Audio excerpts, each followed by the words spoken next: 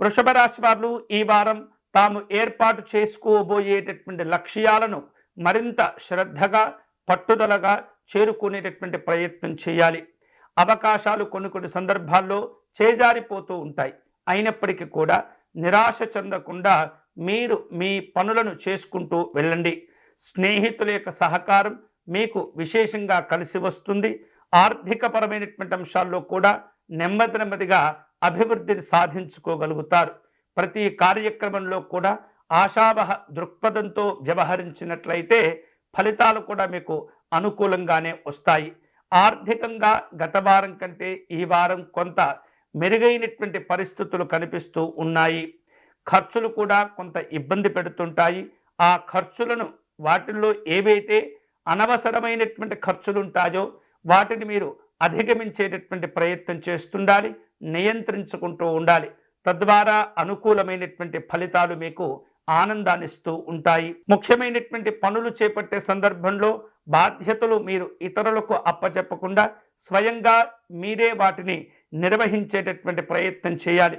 ఈ వారం పిల్లల యొక్క కదలికలు, వారు చేసేటటువంటి పనుల విషయంలో తల్లిదండ్రులు ఎప్పటికప్పుడు గమనిస్తూ ఉండాలి. పిల్లల యొక్క చదువులు, ఆరోగ్యాలు, కార్యక్రమాల్లో కొన్ని సందర్భాల్లో ఇబ్బందులు కనిపించబోతున్నాయి. ముఖ్యంగా పిల్లలు చెడు మార్గాల్లో కనుక ప్రయాణిస్తూ ఉన్నట్లు అనిపిస్తే వెంటనే వారిని జాగ్రత్తగా కూర్చోబెట్టి మాట్లాడేటటువంటి ప్రయత్నం చేయాలి. ఇతరులు చెప్పే పలు రకాల చెడు మాటలకు మీరు లోను కాకుండా, ఆసక్తి చూపకుండా మిమ్మల్ని మీరు నియంత్రించుకుంటూ ఉండాలి. వివాహ ప్రయత్నాలు చేసేటటువంటి వారు ఈ వారం తమ యొక్క ప్రయత్నాలను మరింతగా పట్టుదలగా కొనసాగించే అవకాశాలు ఉన్నాయి.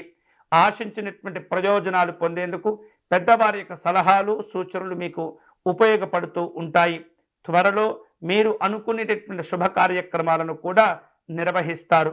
ఈ వారం ఈ వృషభ రాశి వారు ఆరోగ్యపరమైనటువంటి అంశాల్లో తప్పనిసరిగా జాగ్రత్తలు తీసుకోవాలి. శక్తికి మించినటువంటి పనులు చేపట్టడం ద్వారా కొంత ఒత్తిడికి లోనవుతుంటారు. వృషభ రాశి వారు ఈ వారం శుభకరమైనటువంటి ఫలితాలు పొందే క్రమంలో శ్రీకృష్ణ పరమాత్మని పూజించే ప్రయత్నం చేయండి.